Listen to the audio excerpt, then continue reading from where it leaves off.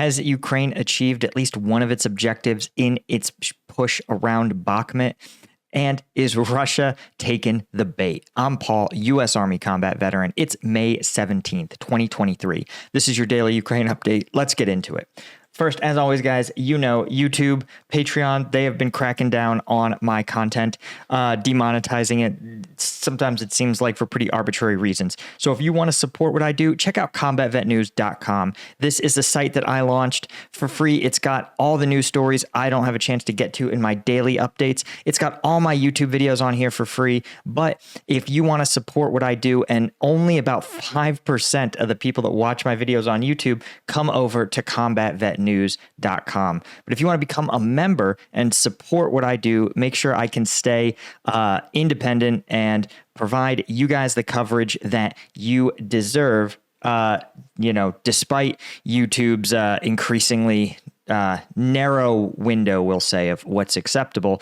You can support me with any one of these tiers. It'll get you access to the exclusive room on the Discord and, more importantly, the members only content. Last Friday, we took a look at some of the initial videos of Ukrainian forces pushing in Bakhmut. Really, it gives us insight into how the Ukrainian military has prepared and changed in preparation for this big offensive push. So check us out at combatvetnews.com.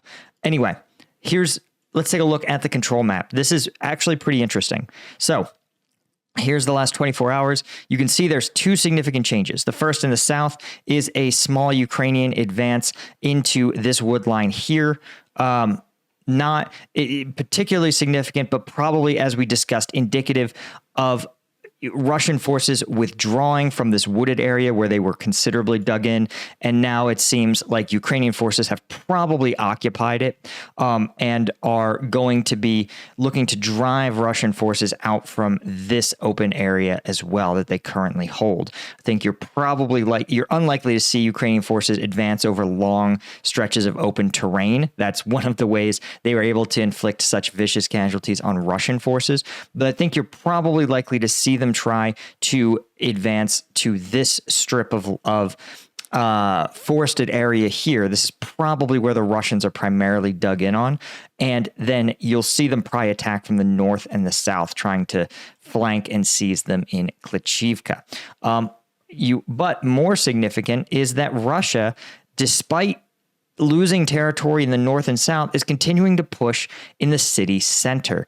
This is kind of nonsensical. And you can see they have correctly identified that while Ukrainian forces are pushing to the north and south, forces in the center are somewhat vulnerable. And that's what they've done. They've surged into the last few city blocks of Bakhmut, probably hoping to achieve a symbolic victory of taking every square foot of Bakhmut before they start to lose it again to this Ukrainian advance. But here's the thing, like we've talked about, this is probably a shaping operation. This is probably, we estimate, around one brigade of the 13 or so committed to this counteroffensive. That's who's working here right now. And one, it's a sign that one brigade can really break up some Russian formations. But more significant is that this is almost certainly a shaping operation. And one of the goals of a shaping operation, as we've talked about in other videos, is to get the enemy to commit their reserve, right? Russia has manpower issues, to be sure, but they keep forces in reserve in order to commit them to either exploit a breakthrough in enemy lines or to shore up failing lines along their front.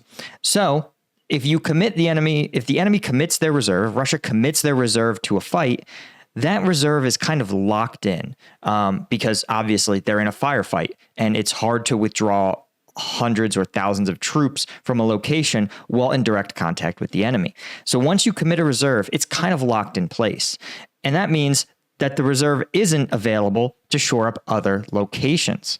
Well, according to the Institute for the Study of War, Russian forces have committed to reinforcing their tactical offensive efforts in Bakhmut, despite Ukraine's limited and localized counterattacks. The DNR, this is coming from the head of the DNR, Denis Pushilin, said that Russian forces have strengthened their forces in the Bakhmut area to stabilize the situation. Ding, ding, ding. That sounds like someone's committed their reserves.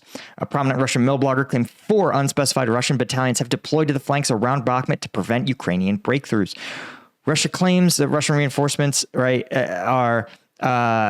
this is consistent with the deputy defense minister's statement that Russian forces are deploying additional VDV forces to defend Bakhmut's flanks, presumably from other areas of the front. Russian forces continue to make marginal gains around Bakhmut and are focused, and the Russian MOD continues to claim they're focused on repelling Ukrainian counterattacks. The Russian MOD said that almost 4th Motorized Rifle Brigade repelled 10 Ukrainian counterattacks near Ivansky, west of Bakhmut. But guys, this I think is the number one takeaway from this, right? If you take nothing else, understand that what I suspect is the primary objective of this effort in Bakhmut has been achieved. Russia has committed their very limited reserve forces to this front along the north and south, which means that the VDV, again, and some of their better combat units that are located elsewhere are currently not available to reinforce other breakthroughs. So this leaves me very, very curious to see where Ukrainian forces will go next. Or again, they're going to have to continue the fight in Bakhmut. If they stop engaging, then Russia will be able to withdraw its reserves. So you're going to see continued, probably fairly incremental offensive efforts. And I think for Russia, they're going to be holding their breath. They know that somewhere out here is literally 12 other brigades that can break Russian lines. And they won't have their best Wagner troops and their best airborne troops to stop them. So Russia, congratulations. I think you've played yourself. And as you can see, right, Russia out here trying to continue offensive actions on a very limited counterattack basis, along with they probably view as some of their more vulnerable axes. But the real question remains, where is this going to take place? Strongly, I think there's a lot of suspicion that it's going to be in the south here. That's probably why Russia is focusing so much on the defensive. But again, I remain skeptical, right? This is pinning more forces in Bakhmut, committing their reserve, right? What you don't want to do is attack so far away that Russia has additional reserve forces that are tagged just for, say, Zaporizhzhia. Instead, you want to make sure that the place that you've drained of their reserves is actually drained of its reserves. So I actually suspect that you may see like Krasnohora, you may see this Kremina Lyman, you may see this Devorichna, you may even see efforts near Lysychansk, though I sort of doubt it. Why would you commit a big offensive when there's all these natural barriers to kind of stop your mechanized advance? You want the minimum amount of barriers like this. So this, again, guys, I think this is a really good sign for Ukraine. And you should understand exactly, like we talked about, what this is in the grand context of things. But the fact that Russian forces have been broken so badly under just one Ukrainian brigade is a positive sign, right? This is a fraction of the combat power that we're going to see Ukraine bring in its larger counteroffensive efforts. This is part of the counteroffensive effort. In its main effort, in its next phase, you're almost certainly going to see a lot more firepower. And trust me, if one brigade is causing Russian forces to flee in panic, boy, howdy, are they in for a treat when they see all of that firepower. Anyway, guys, thank you so much. Thanks so much to our members of CombatVetNews.com, especially our Colonel tier members. Thank you guys so much. And our Lieutenant tier members. There are so many of you guys that are out here supporting us, making sure that I can cover the facts, the reality of this conflict and not have to worry about whether or not YouTube is gonna, pull my ability to make a living. All right. So check out combatvetnews.com, and I'll see you guys in the next one.